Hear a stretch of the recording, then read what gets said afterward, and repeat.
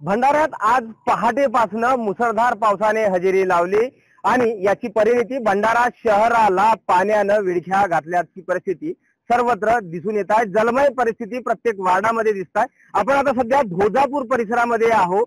भोजापूर असो, खातरोड असो, तिकडे नागपूर वरठी रोड असो किंवा नागपूर नाका परिसर असो, सर्वत्र जलमय स्थिती दिसून येत आहे। भंडारा जिल्ह्यातील 26 मंडळामध्ये अतिवृष्टी झाली आहे। आज 24 तासात ही नोंद आहे।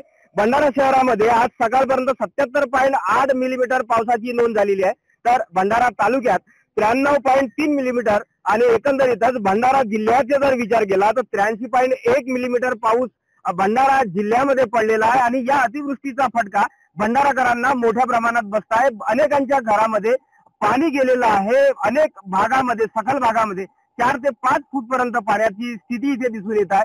अनेकांच्या घरामध्ये पाणी शिरल्यानं गृहोपयोगी वस्तू, जीवनावश्यक वस्तू अनेक यामध्ये ओल्या झाल्यात। अनेकांची लाखो रुपयांचं नुकसान झालेलं आहे।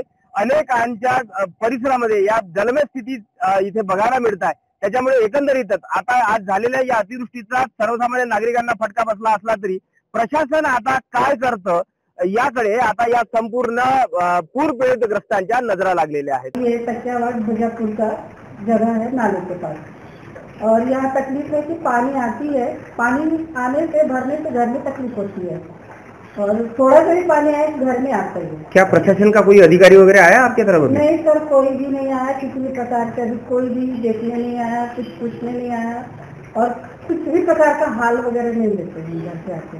प्रशांत देसाई, एबीपी माझा, भंडारा। एबीपी माझा, उघडा डोळे बघा नीट।